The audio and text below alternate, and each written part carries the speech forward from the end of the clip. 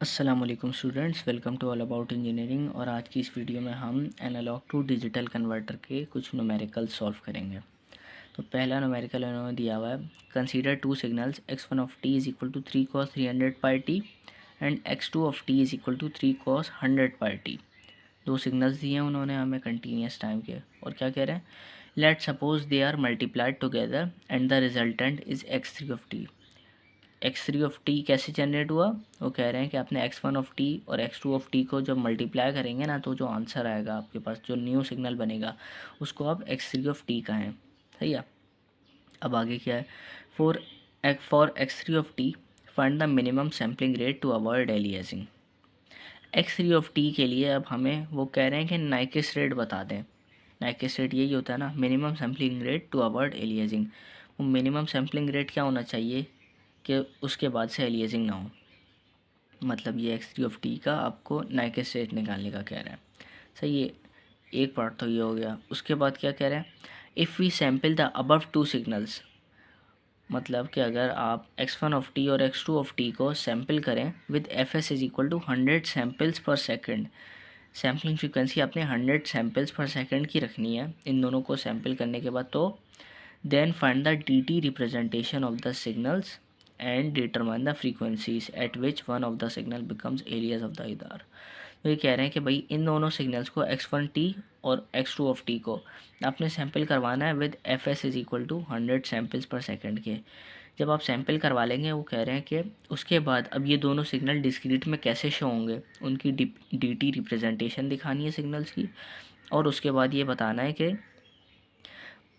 Determine the frequencies at which one of the signal become aliases of an other.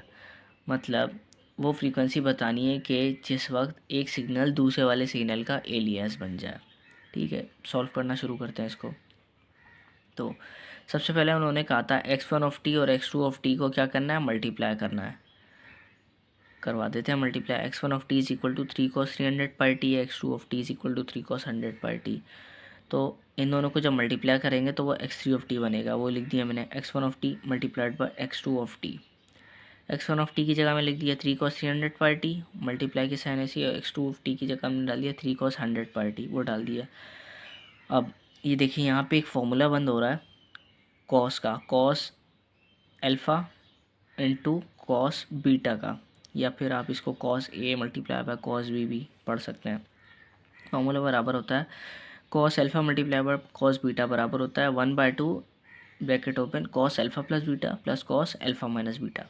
ये cosine वाला formula होता है, cos into cos वाला। तो क्या करें, तो हम इस फॉर्मूले को यहाँ इस वाली इक्वेशन पर अप्लाई करते हैं।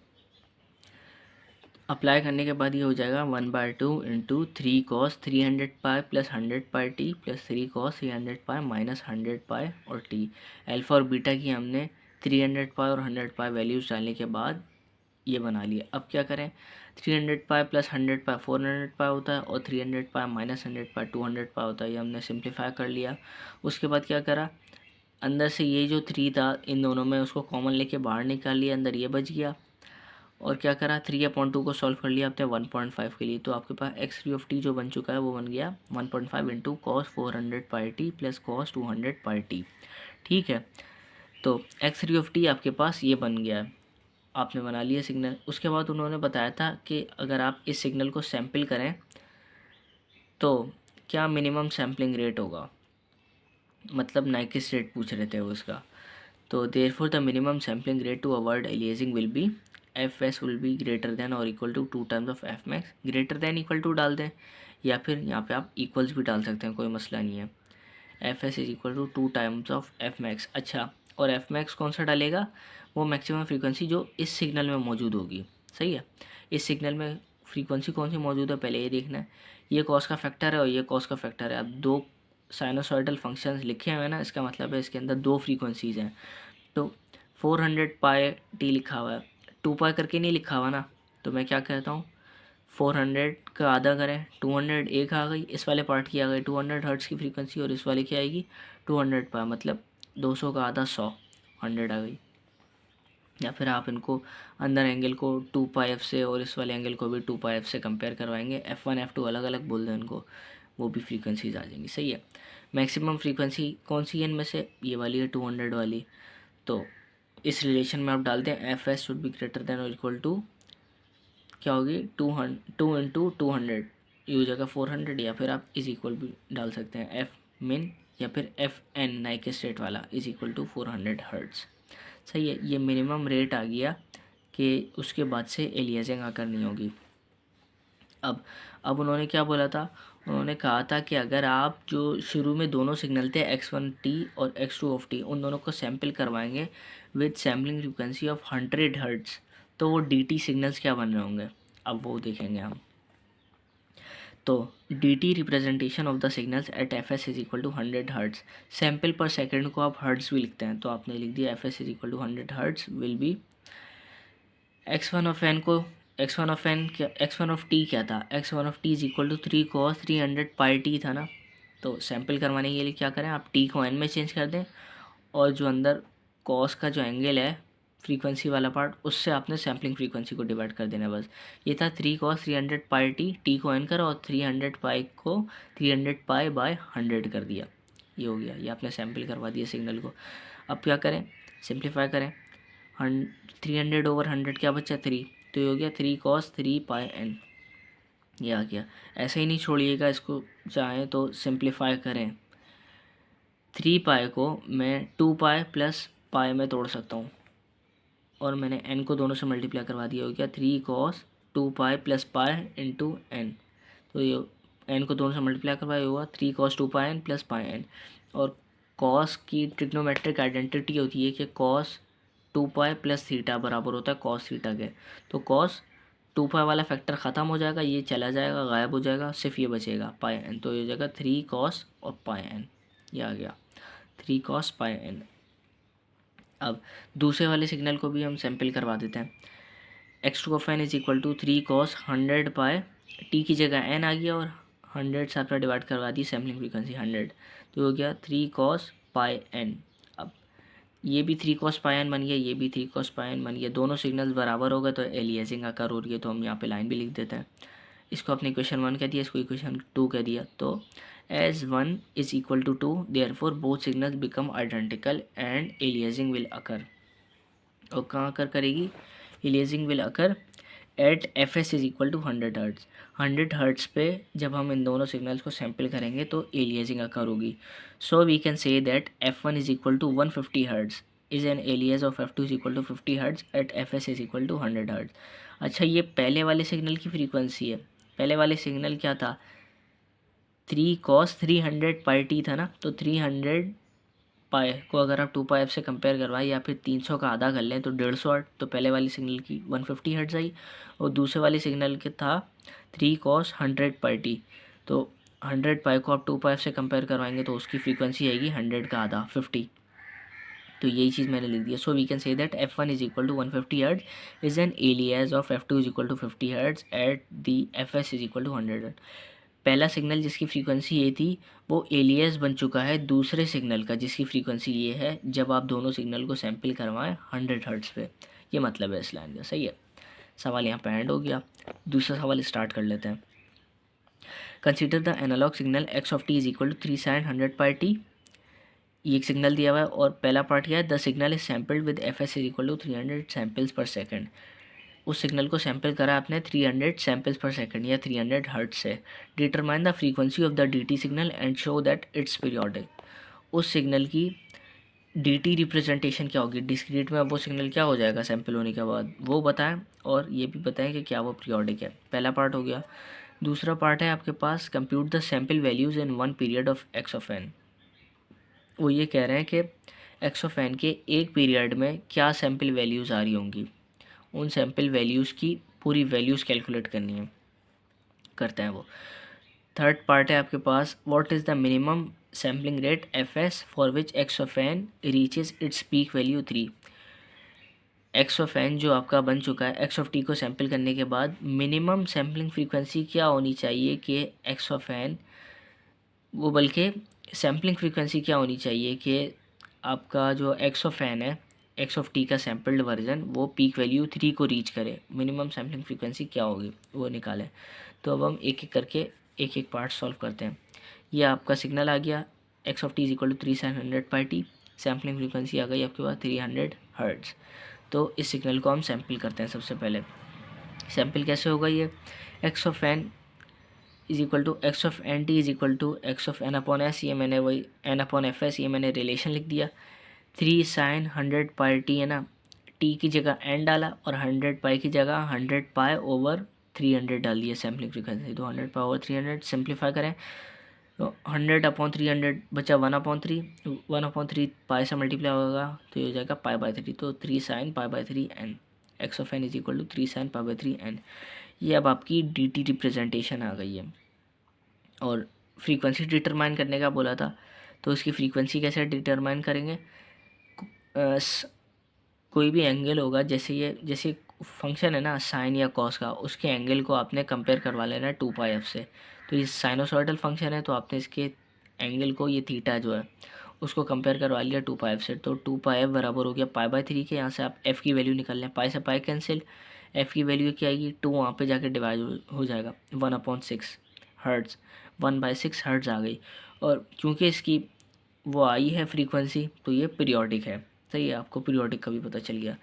पार्ट बी ये था कि एक साइकिल में जो सैम्पल्स आ रहे हैं उनकी अब आपने वैल्यूज़ निकालनी है। तो पहले तो ये देखना है एक साइकिल के अंदर सैम्पल कितने हैं, तो टाइम पीरियड चाहिए होगा आपको उसके लिए। फ्रीक्वेंसी आपने निकाली, टाइम पीरियड निकालेंगे, टाइम पीरियड बराबर होता है फ्रीक्वेंसी का, आप उन्हें वो कर लेना रेसिप्रोकल। तो 1/6 का रेसिप्रोकल करेंगे तो 6 आ जाएगा। तो 6 सैम्पल्स एवरी सेकंड, हर एक सेकंड में 6 सैम्पल्स हैं। तो 6 सैंपल हैं तो आपने पूरे 6 सैंपल्स की एक एक करके वैल्यूज़ निकालनी है। क्या होगा भाई, पहला sample, first sample is equal to, आपके पास सिग्नल ये था x of N is equal to 3 sin π/3 into N, या फिर आप इसको n π/3 भी लिख सकते हैं, 3 sin n π/3, मैं वो लेके चल रहा हूँ। पहला सैंपल कब होगा, जब n की वैल्यू 1 होगी। X of 1 is equal to 3 sin n π/3 है ना, n की वैल्यू 1 डालें तो 3 sin 1 π/3, इस पूरे को आप कैलकुलेटर में डालें, आपके पास आएगा 3√3/2। इसी तरीके से सेकंड सैंपल लिख लेगा, n की वैल्यू 2 रख के 3 sin 2 π/3 कर दें इसको, 3 sin 2 π/3, इसका भी आंसर 3√3/2 आएगा। सही है, 3 sin 3 π/3 रखेंगे तो उसका आंसर 0 आएगा। 3 sin 4 π/3 रखेंगे तो आंसर आएगा -3 इंटू √3/2। 3 sin 5 π/3 रखेंगे तो आएगा उसका -3 इंटू √3/2। और 3 sin 6 π/3 रखेंगे तो आंसर आएगा 0। या आपने एक पूरे साइकिल में जो 6 सैंपल थे उन तमाम 6 सैंपल्स की वैल्यूज़ निकाल ली।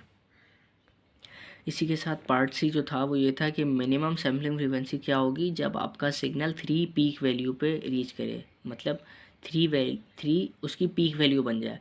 तो आपका सिग्नल था x of N is equal to 3 sin 100πt, ये सिग्नल था ना आपके। अब तो अब क्या करें, आप 100π को आप अंदर वाले पार्ट को एफ एस से डिवाइड करवा दें। और एफ एस यहाँ पर मैंने वो वाला फ्रीक्वेंसी क्यों नहीं रखी, वो क्योंकि कह रहे हैं कि मिनिमम सैम्पलिंग फ्रीक्वेंसी बताएं। ये वाली फ्रीक्वेंसी नहीं है सैम्पलिंग फ्रीक्वेंसी जो उन्होंने दी थी, वो तो हमें उन्होंने वो वाला काम करने के लिए दी थी। अब वो सैम्पलिंग फ्रीक्वेंसी हमसे पूछ रहे हैं कि मिनिमम सैम्पलिंग फ्रीक्वेंसी बताएं, और वो वाली बताएं कि जब आपका सिग्नल वैल्यू रीच करे 3, तो क्या करेंगे, आपका जो एक्स ऑफ एन है उसकी जगह आप 3 पुट करेंगे। तो एक्स ऑफ एन की जगह आपने 3 पुट करा is equal to 3 sin 100π, T की जगह एन रख दिया, और 100π की जगह आपने 100π/fs रख दिया ताकि आप fs निकालें। इसको आपने इक्वेशन 1 कह दिया, इसको इक्वेशन 2 कह दिया। कंपेयरिंग 1 और 2 कर दें तो ये चीज़ बराबर हो जाएगी। या फिर क्या करें, एक्स ऑफ एन की जगह डायरेक्ट 3 डाल दें तो ये हो जाएगा 3 is equal to 3 sin 100πn/fs। अब यहाँ पे से आप fs की आराम से वैल्यू निकाल सकते हैं। 3 से 3 कट गया, 1 बचा, 1 is equal to sin 100π/fs into n.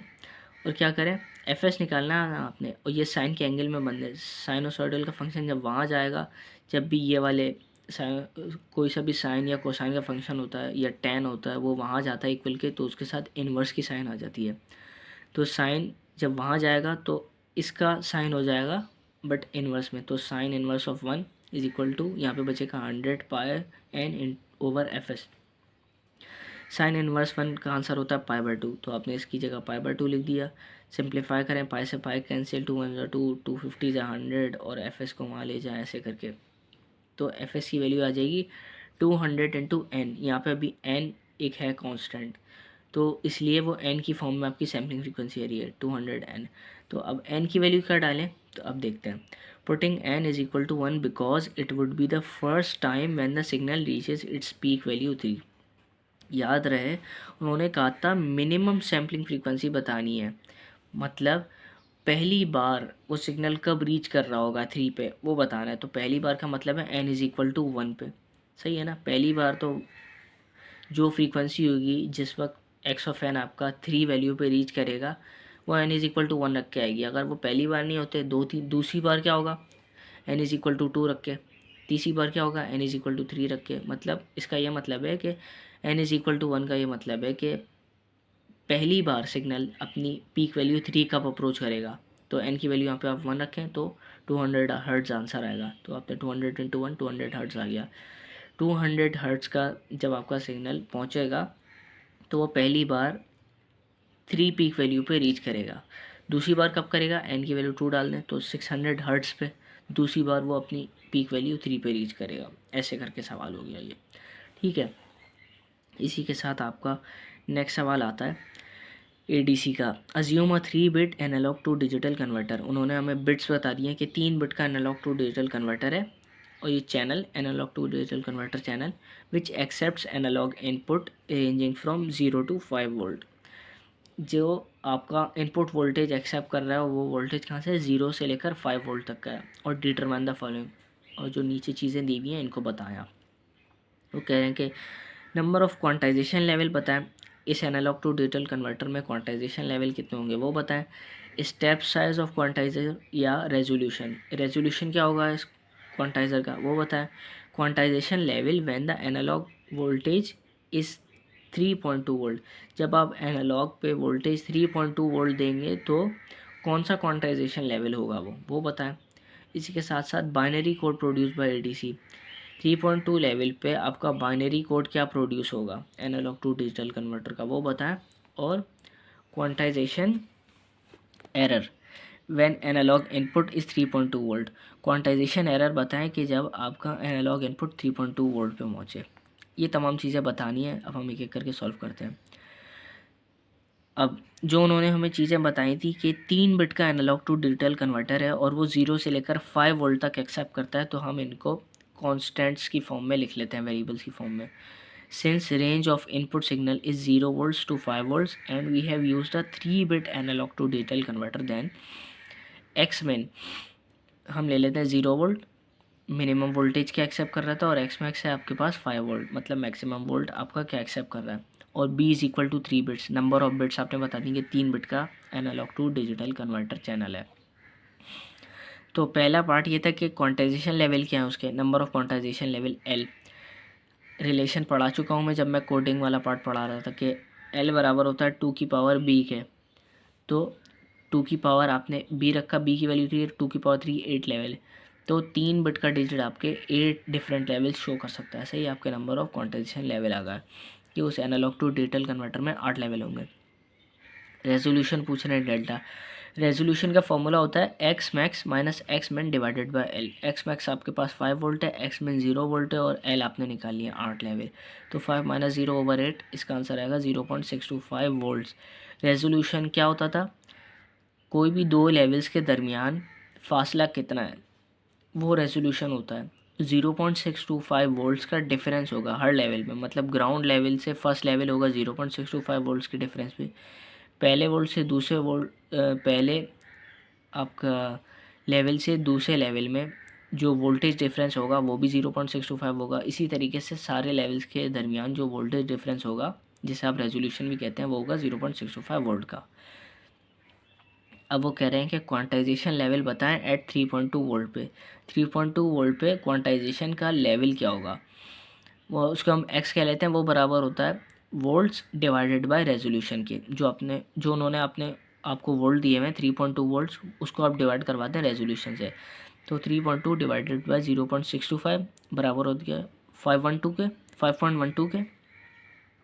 और 5.12 को आप राउंड कर दें ताकि ये आपको एक प्रॉपर वो दे लेवल। क्योंकि लेवल क्या होता है, पहला लेवल, दूसरा लेवल, तीसरा लेवल, ऐसा तो नहीं होता ना 1.1 लेवल या 1.2 लेवल पॉइंट में नहीं होता। तो आपने 5.12 को राउंड करके 5 करा, और ये 5 क्या है, index corresponding to binary code. वो जो लेवल होगा उसका बाइनरी वैल्यू 5 होगी। तो क्वांटाइजेशन लेवल क्या होगा, आप इस लेवल को डेल्टा से मल्टीप्लाई करवा दें, तो 5 multiply by resolution, 5 multiply by 0.625 बराबर होगी आपके पास 3.125 वोल्ट के। मतलब 3.2 वोल्ट पे जब आप उसको इनपुट वोल्टेज 3.2 वोल्ट देंगे ना, तो वो क्वांटाइजेशन लेवल आपको दिखाएगा 3.125 वोल्ट के ऊपर। अच्छा, उसके बाद जो नेक्स्ट पार्ट था आपके पास वो ये था कि बाइनरी कोड क्या प्रोड्यूस होगा एनालॉग टू डिजिटल कन्वर्टर का, वो बताएं।